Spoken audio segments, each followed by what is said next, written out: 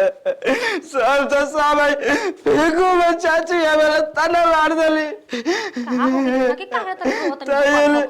बचा बचा का जी केनु गिरे नी काजी भैया जी अरे भगवान हमके गिरा दे तन मरियो जैती त आदमी तना ना मरता ना कहत नहीं जी मरे और दुश्मन हां जब चलते रहत नहीं ओकरा के मुआ देती तो बोल के ठीक रह बताओ कि हाय फेंको में चाची सब तो सब गांव घर तना मरते हवा के रोए मेरा मार दे बतलाई केहू न मारी जी केहू न थूकी आए ऐसा आदमी से बिया है कले में न करवा के कबो गाछी में ना आम ना फरी जान जाई अरे तो हम का करी तू ही बताओ कि हमारा का करे के चाहिए हमारा कुछ नहीं के बुझा कुछ नहीं के बुझा मन तो करता कि मर जाए और पर चिल्लाई मत ठीक बनू ओकरा के मार के निकाल दी घर से और देख लो के बिया हम अब ऐसा ना घर में करा देम ना कि लोग लड़का फैका दम खिलावत रहब जान जेबे रो के उमर गइल बेटे जी ओए तना सोचतनी तू ठीक कह गांव घर हमर साथी संगतिया कुल कहत रहला सकियो के भगा दो बाकी हम त ये ले मोह माया में फंसा रहनी आज ना जाना त कि ओसन आदमी के रखला पर कुछ ना भेटाई ना तू ठीक कहत रहू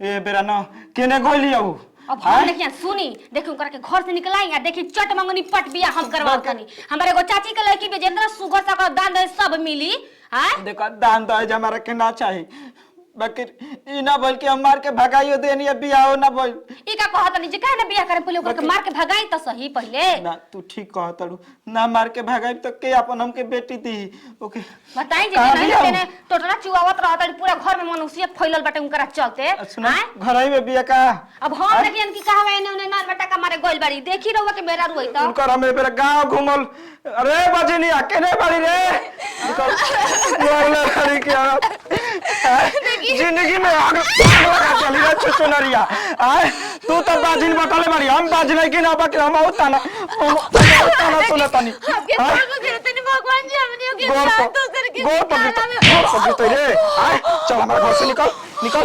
चल निकल हमरे के काहे के भगाओ तने काहे खाती का गो मुसट्टी दी आई बड़ी बता अरे भगवान ने करना तो हम क्या कर छीन के ले भगवान नहीं खंदे आय और सबके भगवान दे देता आय के जाने कौन पाप कैली के जाने कौन कर्म कमाई कैली रे आय कि अपने तो बांझ बटले बड़ी हमरो के बनेले बड़ी चल निकल हमारे घर से निकल चल निकल चल चरण भगवान हम कहाँ जाए उनके ना पत्थर लेके एक औलाद कर दिया हमारे पति और आके ए बच्चा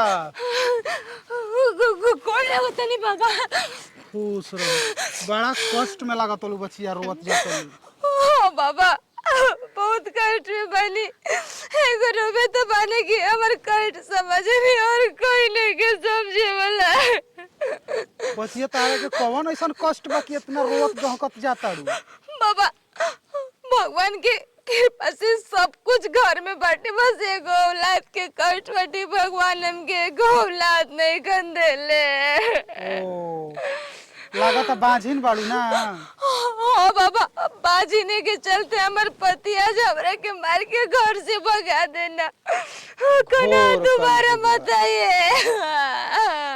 हे ईश्वरी का देखतनी हम बचिया में हम तोहार का सेवा कर सकत हनी बाबा हमरे कोनो सेवा के जरूरत नहीं के बाबा धरती पे आके देख ले बनी कोई समझे वाला हमके नहीं के बाबा हमरे के अपने साथ ले चली रवे संगे हमू जोगरा माहौल चाहता नहीं कि दुनिया में कोई नहीं के अब समझे वाला का कहत लू तू देखो बचिया ऐसे ना कहे के ठीक ना हमरा संगे गोइला से तोहार बताओ हमनी के तो जोगी आदमी जोग रामाई ना जा घूमी ना जा मांगी ना जा खाई ना जा जीवन यापन करे नहीं जा बाबा ये दुनिया में जिए के बाटे ना तो आपे लोग जैसन हमरा जो संतान मैंने सुने के तो ना न पड़ी बाबा बाबा आपके गोड़ पे गिरते हैं हमरा के ले चली अपना साथे बाबा ए बचिया देखो तू हठ न कर ठीक ना हठ कइला से तो कोनो फायदा बा बताओ हमरा संगे जइबू तो तारी जिंदगी बेकार हो जाई बाबा यो बेकरे से नरक कैसन जिंदगी बनला जौन अपन पति सात जन्म साथ निभावे के कसम खइले रहे अपना हाथ पकड़ के धक्का मार के निकाल देला बाबा ए बचिया जानतरू ये तोहरा समस्या के समाधान एगो हो सकता। कैसे बाबा, कैसे? देखो हम तोहरा के न अपना दिव्य दृष्टि से बच्चा दे सकतनी,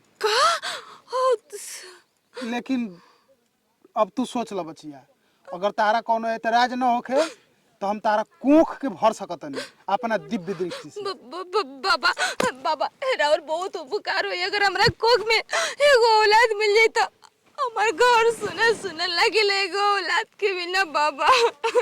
लेकिन सोच लिया बचिया कि कुछ हो जाई, हमार नाम मत रखी है। ना बाबा, हमरा नाम कभी ना रकम सच्ची कहो तो नहीं, बस हमके एगो औलाद दे दे बाबा अपना शक्ति। लेकिन आगे चल के बड़ा तारा के कष्ट भी हो सकता अगर हम देव बच्चा तो। कष्ट? कैसन कष्ट बाबा, कैसन कष्ट? जैसन कष्ट आवे उ तो सब ईश्वर जानी है। बाबा सब कष्ट हम सहे पर तैयार बन, बस हमके एगो औलाद की जरूरत बटे बाबा, हमके एगो औलाद खाली दे दी। ठीक बा, जब तारी है इच्छा बा ना तो हमें तारा इच्छा के पूर्ति करत नहीं, ठीक ना? ठीक बाटी बाबा। तू अपन आंख बंद करो और जबले हम ना कहो तबले तू अपन आंख मत खोली है। ठीक बाटी बाबा।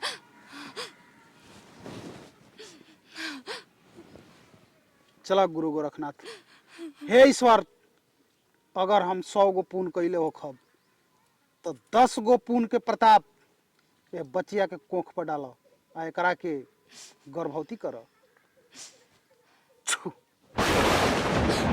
आँख खोलो बचिया। बाबा सच्ची में हमरे कोख में बच्चा बाटे बाबा। सच्ची में तारा कोख में बच्चा बा? हमके तो विश्वास नहीं के होगत बाबा, इतना खुशी की बात। लेकिन ध्यान रखी हो, आगे चल के तोहरा के बच्चा बहुत कष्ट दे सकता, ठीक ना? लेकिन हमार नाम मत रखी हो कहीं। ठीक बा बाबा रवा। अब खुश बाड़ू ना? हाँ बाबा, हमार दुनिया उजड़े से पहले बसा देनी। ठीक बा, जा तू अपना घरे दुआरे, हमू चला तनी अपना घरे दुआरे। ठीक बाटे बाबा। ठीक बा। बाबा चरण हे भगवान, हम सच्ची में माई बने वाला बानी। अब हम कहीं ना जाई, जहाँ तनी अपना मर्द के खुश खबर दे, वहाँ के एगो बच्चा चाहत रहे ना, वहाँ के हमरे ई बच्चा देख के खुश हो जाई और हमके कतई ना भगाई। हम जाते दोबारा अपना घरे। ए छटकी माई बने वाला बनी, कितना खुश के हाजी अगलवा में यो कोले वाला की कुछ हो आगे चल के छटकी आ गई हो। कौन मुंह लेके आइलो हो? हां ओ दिन मार के भगा तार लाज न खेला गोते। ए छटकी देख ना, माई बने वाला बनी हम। माई? और तू ए बाजी, तू कैसे माई बन जीबी रे? हां हता जल्दी सोहियो करे बच्चा बटे मारे। हां छटकी देख भगवान के। आई हो करम, घर के इज्जत लुटा गइल। अजी भैया जी बाबा अरे उठे है, देखी पूरा छिड़े आइल जब करवा के जाई, देखी मुंह करे कोई बिया है, देखी कैसे कर लइका होखे के बाटे। तो केहू से मुने की मरवले हम सच्ची कहत नहीं। सही साल ठोक देलू तो हो गइल। हां देखी हो। अरे बाप रे, बाबा माई बने वाली बिया। हां जी देख ली भर तक ना जिगर रह सते गो कुछ बियाह के अथुए ना रहस आ जेरो रखे दिन दूसरा संग चप्पल गुलछारा उड़ा ले रही है। हां चल के दिक्कत हो आ ओए के लिए इतना पेट कैसे निकल गई? छुछु नरिया। अब तो हम क्या बउआ, हम तो जानते नहीं कि बाजिने बाड़ी, बाकी तू खिलाड़ो बाड़ी रे। देखिए हमने मुंह उठा के घर में आ गई के अब कि हमके एगो औलाद की जरूरत बा, अब तक खुश हो जाए हमके रोक ले। खिला दूसरा के लोग लेके के बात आए। चल निकल, चल निकल। हमरे के काम तनी कहां लगा तनी? माने दूसरा से मुंह करे करे के आज बुलाई के लेके ढीर लेके त घर में रख लेबे के। हां ए छोटको देखा ना के करो चल के मारनी। ई तो हमरे लगता कि तो ढीर में बता तोरो यार केवना से मुंह करे करावले हई, कवना के बिस्तर गरम करे बोल रही बता ना। हां केहू के ना छटकी। देखी भैया जी घर से निकाल दी ना तो हम ही चली घर से। आलोक निरंजन। अरे क्या बात अरे तुम देखो तनी के हवे पापा बाल बनी। भाई कहां पछिनिया जाती है? हैं? भिक्षाम देहि भवती। अरे की है दादा। अरे गोड़ लाग तनी बाबा। जय हो लक्ष्मी निया। बाबा चल जाइए ना, जाइए जगह से भीख मांग कल आ जाइए। जाइए। तुम्हारा कल्याण नहीं होगा बच्चा। ई का को होता नहीं बाबा। देखो पछिनी फिर अंग्रेजी का बाहर निकलत जा रे। गोड़ लगत नहीं बड़ा पुराना चिन्ह पर्ची लागत। अरे लक्ष्मी निया, ये तुम्हारा ही घर है। बाबा। बाबा एकरा के कैसे रोज जाना तनी बछिनी कुलछनिया के। ऐसा ही हम बाबा नहीं खी बचिया, बड़ा हमनी के अंतर्यामी है जा, बड़ा तपस्या कैले हैं जा, तब बाबा बनल बन जा। ए बाबा आ सबकर कल्याण करे नहीं जा। अरे वो तपस्या कैले हो कि चाहे कुछ हो कैले हो कि एक गिलास चाउर लेके दे दो बाबा जा। त्रिभुवन सिंह का लड़का हुआ 3 साल का रहलते है, तार माई मर गईल। हरिगोविंद सिंह का लड़की हूँ, 2 गो लड़कन से चक्कर है नैहर में। बाबा देखिए तो मत कही आ गेली बाबा के शरण में। देखो हमनी के अंतर्यामी है जा, ठीक ना, सब कुछ जाने नहीं जा। हां बाबा मान गनी रो अंतर्यामी बन, लेकिन बाबा एकरा हमके के पता रहो कि ये बचिया के बहुत है बड़ा कष्ट होखे वाला बा, एकर घर संसार सब लुटाए वाला बा, यहाँ तक कि एकर जौन कोख में बच्चा बा वो मिटे वाला बा। तो ये बाबा दूसरा के ढील लेके आलबे त केहू राखी जी रोए बताई। दूसरा का ना हो, हाँ। सब ईश्वर का देन हो। ईश्वर हाँ बच्चा। ए बाबा रहुआ ये तने शक्तिशाली बानी ना तो बता दे कि केकरा से मुंह मरवा के ले ले बिया। कोई से मुंह नहीं मरवैले बच्चा। हाँ। हम कनी ना तो से बिलखत जात रहे, ठीक ना, अच्छा रास्ता में एकरा से ईश्वर मिलना। ईश्वर हाँ हमारा भगवान जय जरिए, रहलन।